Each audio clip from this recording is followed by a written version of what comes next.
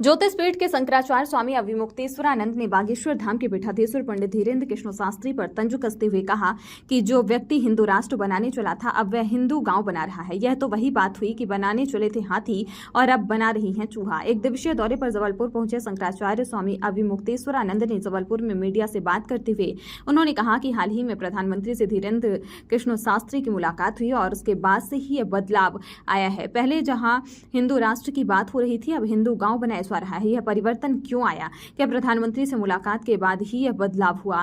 क्या वही इसका कारण है जैसा कि हम अनुमान लगा पा रहे हैं या इसके पीछे कोई और कारण है? कि हिंदू राष्ट्र बने कौन मना करता है? ये असल में हिंदू राष्ट्र ही है सदा से, कभी भी ये दूसरा राष्ट्र नहीं बना। यहाँ पे भले दूसरे लोग आकर के कुछ देर तक शासन करके चले गए, लेकिन इस देश की जो जनता है वही तो राष्ट्र होती है और वो कभी भी हिंदू से इतर नहीं रही। आज भी हिंदू ही बहुमत में है यहाँ पर। तो जहाँ पर बहुमत का शासन है वहाँ पर जो बहुमत में होगा उसी का तो माना जाएगा देश। तो जब हम हिंदू इस देश में बहुमत में है तो ये हिंदू देश है।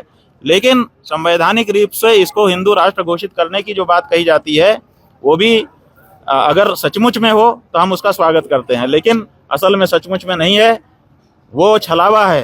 हिंदू जनता को हिंदू राष्ट्र की बात उठा करके जैसे कहते हैं 15 लाख देंगे बाद में कहते हैं जुमला है, ऐसे हिंदू राष्ट्र की बात भी है। देखिए 14 ईस्वी के पहले कहा गया था कि हम गौ हत्या बंद करेंगे, लेकिन कहाँ किया गया? आने के बाद बात खत्म कर दी गई। ऐसे हिंदू राष्ट्र की बात उठाई जाती है, उससे वोट लिया जाता है और सत्ता में आने के बाद उसको कभी बुला दिया जाता है। बात यह है कि वक्फ बोर्ड के बारे में एक प्रधानमंत्री जी का वीडियो हमने देखा। वो कुछ मुस्लिम लोगों के साथ बैठे हुए हैं, धर्मगुरुओं के साथ, और उनसे बातचीत हो रही है और वो प्रधानमंत्री जी स्वयं कह रहे हैं कि 1 साल से ज़्यादा आप लोगों के साथ जाने कितनी बार हमारी बैठक हुई, ऐसे थोड़े लेके हम वक्फ बिल आ गए हैं। जब 1 साल से ज़्यादा जाने कितनी बैठकें उनकी वक्फ बिल के बारे में मुसलमानों के साथ हो रही थी, इसका मतलब क्या है? इसका मतलब है कि जब मुसलमान ही आपको राय दे रहे थे तो फिर वक्फ बिल से उन्हीं का भला होगा, वो अपने विरुद्ध थोड़े राय देंगे। उनका खुद का वीडियो है, उसमें कह रहे हैं कि कितने दिनों से हम लोग जाने कितनी बैठक किए हैं तब लेके आए, ऐसे थोड़े लेके आए हैं। तो जब मुसलमानों से ही राय मशविरा करके आप वक्फ बिल लेके आए हैं तो फिर अलग से हमको क्या कहना है? हम किस बात के लिए खुश हो जाएं? और आपने जो वक्फ संपत्तियां हैं उनको कहाँ वापस किया? कितनी संपत्ति वक्फ बिल पारित हो जाने के बाद से हिंदू मुसलमानों के हाथ से निकल करके सरकारी हो गई या हिंदुओं के हाथ में आ गई? बताए, वही तो नहीं हुई ना। एक भी प्लाट तो नहीं हुआ। 1000 स्क्वायर फीट का कोई एक प्लाट भी अगर हिंदुओं के हाथ में या सरकार के हाथ में आ गया होता तो हम बताते। अभी तक तो ऐसी कोई सूची आप पत्रकार बंधुओं के माध्यम से निकल के नहीं आई है। पूरे देश के पत्रकार इस पे नजर रखे हुए हैं। तो जब हमको कुछ मिला ही नहीं तो हम उसके लिए क्या कहें? और वो मुसलमानों के साथ बैठक करके हुआ। हम तो समझते हैं कि ये वक्फ बिल सौगाते मोदी है। हिंदू या सनातन धर्म की रक्षा के विषय में आप क्या कहेंगे कि किस तरह से इनकी बात यह है, इनकी रक्षा धर्म पालन से होगी। एक एक हिंदू को कट्टर हिंदू बन जाना पड़ेगा कि हम हिंदू के अनुसार ही रहेंगे, हमें हिंदू से इतर शैली मंजूर नहीं है। तो जब हिंदू अपने धर्म को पहचान लेगा और उसके पालन के लिए दृढ़ हो जाएगा, हिंदू धर्म स्थापित मजबूत हो जाएगा। काटी जा रही है भाई, गाय काटी जा रही है इसीलिए कि हम हिंदुओं का वोट ले करके हमारी माँ गाय को काट रहे हैं ये लोग।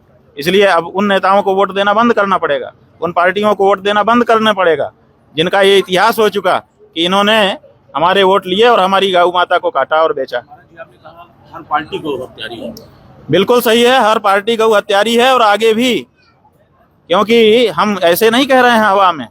हमने कुंभ में घोषणा की कि 33 दिन का समय दे रहे हैं हर पार्टियों को। हर पार्टी अपने यहाँ बैठक करे और बैठक करके बताए यस और नो, गाय के पक्ष में हो कि विपक्ष में, साफ साफ कहो। और उसी समय हमने ये कह दिया कि अगर चुप रहोगे तो हम मान लेंगे कि 78 साल से जैसे तुम गौ हत्या करते हुए चले आए और हमको भ्रम में रखते चले आए वैसे ही रहोगे। तो 33 दिन बीत गया। हम एक दिन वहाँ दिल्ली में बैठ करके प्रतीक्षा करने वाले थे रामलीला मैदान में। हमने अनुमति मांगी, अनुमति ले ली, सब तैयारी हो गई और 2 दिन पहले हमारी अनुमति रद्द करके कहा कि आप नहीं कर सकते हैं। फिर हमने नया कार्यक्रम बनाया कि हम चलो एक जगह बैठ करके नहीं, हम तुम्हारे कार्यालय आ रहे हैं, वहीं पूछ लेंगे तुमसे कि तो बताओ गाय के बारे में तुम्हारा क्या है। तो हम हर पार्टी के दरवाजे पे जा चुके बंधु। ये इतिहास में पहली बार हुआ जब देश का शंकराचार्य भारत की हर राजनीतिक पार्टी के दरवाजे पर गया और बड़ी इज्जत के साथ, बड़े अदब के साथ उनसे हमने पूछा कि बताइए आपके मन में गाय के बारे में क्या बात है। वही पार्टी तो नहीं बोल रही है। सब चुप हो गए। और जो पार्टी इस समय सत्ता में है उस पार्टी ने तो हमको अपने दरवाजे पे भी नहीं जाने दिया, 100 मीटर दूरी बैरिकेटिंग करके बहुत सारी पुलिस लगा करके रोक दिया। तो इससे पता चल गया कि किसी पार्टी के मन में गौरक्षा की भावना नहीं है। हम परीक्षा करके तब ये बात कह रहे हैं और इसीलिए हिंदुओं को ये बात समझने की जरूरत है कि अगर इसी पैटर्न पर अपना वोट देना जारी रखा उन्होंने तो उनकी गाय कभी रक्षित नहीं होगी, वो बोटी बोटी काट करके समाप्त कर दी जाएगी और चित्रों में भी देख पाना कठिन हो जाएगा। महाराज जी अब इसके लिए अगली मुहिम क्या होगी? हमारी मुहिम जारी है। 33 कोटि गौ मतदाता, 3 लाख श्री रामाधाम, कुछ हजार जो बूचड़ खाने, सुधरे तो हो गौ का काम।